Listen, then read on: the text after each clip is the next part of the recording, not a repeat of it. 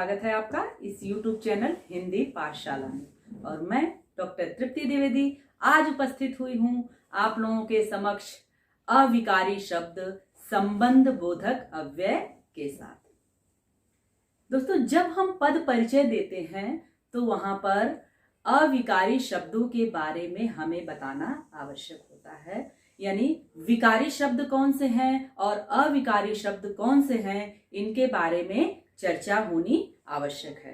तो विकारी शब्द जो होते हैं उन पर हमने पिछली वीडियोस में चर्चा कर ली है। अगर आपने उन वीडियोस को नहीं देखा है तो मेरे चैनल पर जाकर के आप उन वीडियोस को देख लीजिएगा। और अब ये हमारा जो क्रम चल रहा है ये विकारी शब्दों का क्रम चल रहा है और इसमें यह दूसरा विकारी शब्द है जिस पर कि आज हम चर्चा करने वाले हैं। पहले भेद में हमने क्या चर्चा करी थी? क्रिया विशेषण के बारे में। और आज का विषय है संबंध बोधक अव्यय। देखिए, संबंध बोधक अव्यय क्या होता है इसके बारे में पहले हम जान लेते हैं। ध्यान से सुनिएगा। जो अविकारी शब्द यानी जो अव्यय शब्द वाक्य में प्रयुक्त हो करके, कब कहां प्रयुक्त हो करके? संज्ञा या सर्वनाम के बाद। यानी जो अविकारी शब्द वाक्य में प्रयुक्त यानी वाक्य में आए हुए संज्ञा या सर्वनाम के बाद प्रयोग हो करके, प्रयुक्त हो करके उनका संबंध उसी वाक्य में आए हुए अन्य यानी दूसरे संज्ञा या सर्वनाम शब्दों के साथ बताते हैं। ध्यान से सुनिएगा, ध्यान से समझने की जरूरत है कि संबंध बोधक अव्यय क्या है। बिल्कुल आसान से शब्दों में अगर आप लें तो संबंध का मतलब होता है रिलेशन, किसी से संबंध बताना। और अव्यय के परिप्रेक्ष्य में अगर देखा जाए तो यानी वो शब्द जो कि किसी से किसी का संबंध बताते हैं। किससे किसका संबंध? संज्ञा या सर्वनाम का उसी वाक्य में आए अन्य संज्ञा या सर्वनाम के साथ। बिल्कुल आसानी से आपने देखा। किसी भी जटिलता को न लाते हुए सरल शब्दों में किसी भी विषय को समझना ज्यादा जरूरी होता है और वो हमें याद रहता है। इसलिए बिल्कुल आसान तरीके से अगर आप समझें तो क्या है अव्यय शब्द, और वो अव्यय यानी जो संबंध को बताने वाले संबंध सूचक अव्यय शब्द जो होते हैं। संबंध बोधक यानी संबंध सूचक, संबंध बताने वाले अव्यय शब्द। यानी जो अव्यय शब्द वाक्य में आए हुए संज्ञा या सर्वनाम शब्दों के बाद प्रयोग हो करके उनका संबंध संज्ञा या सर्वनाम शब्दों से बताते हैं। कैसे? जो कि उसी वाक्य में पुनः आए हुए हैं। यानी संज्ञा या सर्वनाम शब्दों के बाद जो संबंधवाचक अव्यय जो होते हैं शब्द, वो प्रयोग हो करके उन्हीं दूसरे शब्दों के साथ एक दूसरे से संबंध आपस में बताते हैं। उन्हें ही हम संबंध बोधक अव्यय कहते हैं। जब आप उदाहरण देखेंगे तो बिल्कुल आसानी से आपको समझ में आएगा कि संबंध बोधक अव्यय क्या है। देखिएगा, मैंने एक उदाहरण लिया आपके समक्ष दिया कि पेड़ के ऊपर बंदर बैठा है। अब यहां देखिएगा, पेड़ क्या है? संज्ञा है। किसी चीज का नाम है तो संज्ञा है। पेड़ यानी संज्ञा। संज्ञा के बाद प्रयुक्त हुआ है क्या? ऊपर। पेड़ के ऊपर। के ऊपर किसके बाद आया? संज्ञा के बाद। बंदर बैठा है, बंदर भी संज्ञा है। और संबंध बोधक अव्यय जब मैंने बताया तो परिभाषा के तौर पे आपको बताया कि जो अविकारी शब्द वाक्य में प्रयुक्त संज्ञा या सर्वनाम के बाद प्रयुक्त होकर उनका संबंध उसी वाक्य में आए अन्य संज्ञा या सर्वनाम शब्दों के साथ बताते हैं। तो यहां आपने देखा कि पेड़ के ऊपर बंदर बैठा है। यहां आपने देखा पेड़ संज्ञा है और इसके बाद के ऊपर आया हुआ है। यह क्या है? संबंध बोधक अव्यय। क्यों? क्योंकि बंदर और पेड़ का आपस में संबंध बता रहा है। ये के ऊपर जो शब्द है यह पेड़ और बंदर का आपस में संबंध, रिलेशन बता रहा है। तो ये क्या है? संबंध बोधक अव्यय है। तो अब आसानी से समझ में आ गया होगा कि संबंध बोधक अव्यय क्या होता है। अव्यय आपको पता ही है, जिसके बारे में हमने कितनी बार चर्चा की कि अविकारी शब्द यानी लिंग वचन कारक काल के कारण जिनके रूप में कभी परिवर्तन नहीं आता है उन्हें ही हम क्या कहते हैं, अव्यय या अविकारी शब्द कहते हैं। तो जब संबंध बोधक अव्यय की बात हमने करी तो यानी संबंध बताने वाले शब्द किसका, संज्ञा या सर्वनाम का, संज्ञा या सर्वनाम के साथ संबंध बताने वाले जो शब्द होते हैं वही संबंध बोधक अव्यय कहे जाते हैं। और ध्यान दीजिएगा, यह भी कभी परिवर्तित नहीं होते हैं। क्यों? क्योंकि ये अव्यय है। जब हम पद परिचय देते हैं तो हमें इनके बारे में चर्चा करना अति आवश्यक होता है। तो पद परिचय देने के लिए हम बिल्कुल उसमें सिद्धहस्त हो जाएं, बिल्कुल उसमें कमांड हो जाए हमारी, उसके लिए बहुत आवश्यक है कि अविकारी शब्दों को भली भांति हमें जान लेना चाहिए। तो ये तो हमने देखा कि संबंध बोधक अव्यय है क्या। एक क्रिया विशेषण अव्यय देखा हमने और अब देखा संबंध बोधक अव्यय है क्या। अब देखिएगा कि अर्थ के आधार पर संबंध बोधक अव्यय के कुछ भेद कहे गए हैं। इन संबंध बोधक अव्ययों को कुछ भेद के माध्यम से हम जानेंगे, तो इसके माध्यम से हम सारे भेदों को जानने के बाद बिल्कुल अच्छे से संबंध बोधक अव्यय को समझ सकेंगे। वो हैं क्या, इनके विषय में एक एक करके मैं चर्चा करने जा रही हूं, विद उदाहरण के साथ। उदाहरण के साथ आपको बताऊंगी जिससे आपका बिल्कुल कॉन्सेप्ट क्लियर होता जाए, आपको समझ में आ जाए अच्छे से कि ये क्या है। चलिए पहला लेते हैं, कालवाचक संबंध बोधक अव्यय के भेद में आते हैं हम कि कालवाचक, काल का मतलब क्या होता है, समय, यानी जिन शब्दों से हमें समय के बारे में, संबंध क्या, समय के बारे में पता चलता है। कालवाचक संबंध बोधक यानी जिन शब्दों से हमें समय के बारे में जानकारी प्राप्त होती है। काल मानी मीन्स समय, काल का मतलब होता है समय। उदाहरण देखिएगा, जैसे मैंने कहा मैं पढ़ने के बाद खेलने जाऊंगा। अब यहां देखिएगा दो वाक्य हैं, पढ़ना और खेलना। पढ़ने के उपरांत खेलने जाऊंगा, इन दो वाक्यों को जोड़ा गया है। किसके माध्यम से? संबंध बोधक अव्यय का मतलब ही होता है जोड़ना, यानी किसके माध्यम से जोड़ा गया? के बाद। और यह क्या है? काल के बारे में बता रहा है कि मैं खेलने कब जाऊंगा? जब मैं अपना अध्ययन समाप्त कर लूंगा, पढ़ाई समाप्त कर लूंगा, उसके पश्चात मैं खेलने जाऊंगा। तो यहां आपने देखा कि कालवाचक का ये उदाहरण था। इसी प्रकार से के पहले, के बाद, ये तमाम उदाहरण, कई भी उदाहरणों के माध्यम से ये चीजें आप देख करके जान सकते हैं और आपके पुस्तक में अन्य उदाहरण भी दिए होंगे जिसकी मदद आप ले सकते हैं। अब आते हैं दूसरे भेद की ओर, और वो क्या है? स्थानवाचक। स्थानवाचक जिससे हमें स्थान का पता चले, जैसे भीतर, बाहर, ऊपर, अंदर, ये सारे शब्द। एक उदाहरण देखिएगा, घर के बाहर कूड़ा मत फेंको।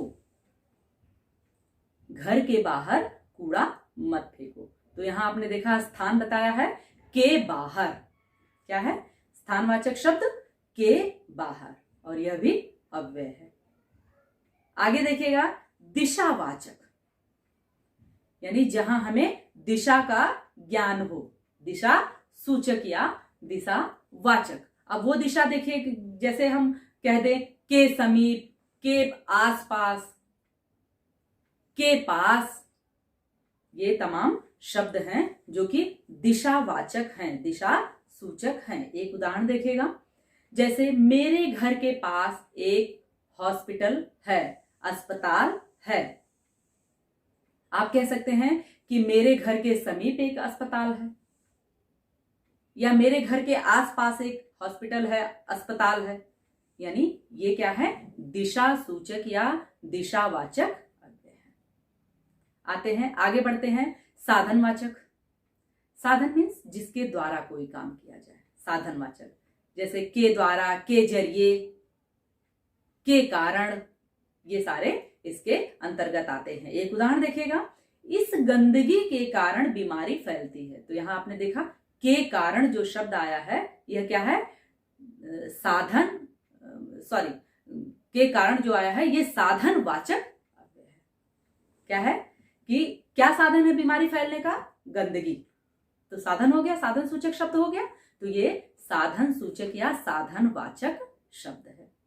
आगे बढ़िए देखिएगा, विरोध सूचक, यानी जहां पर विरोध प्रकट होता हो जिन शब्दों से, जैसे के विरुद्ध, के खिलाफ, ये सारे शब्द। एक उदाहरण देखिएगा, कानून के खिलाफ कभी नहीं जाना चाहिए, तो के खिलाफ शब्द आया यानी विरोध सूचक ये शब्द है।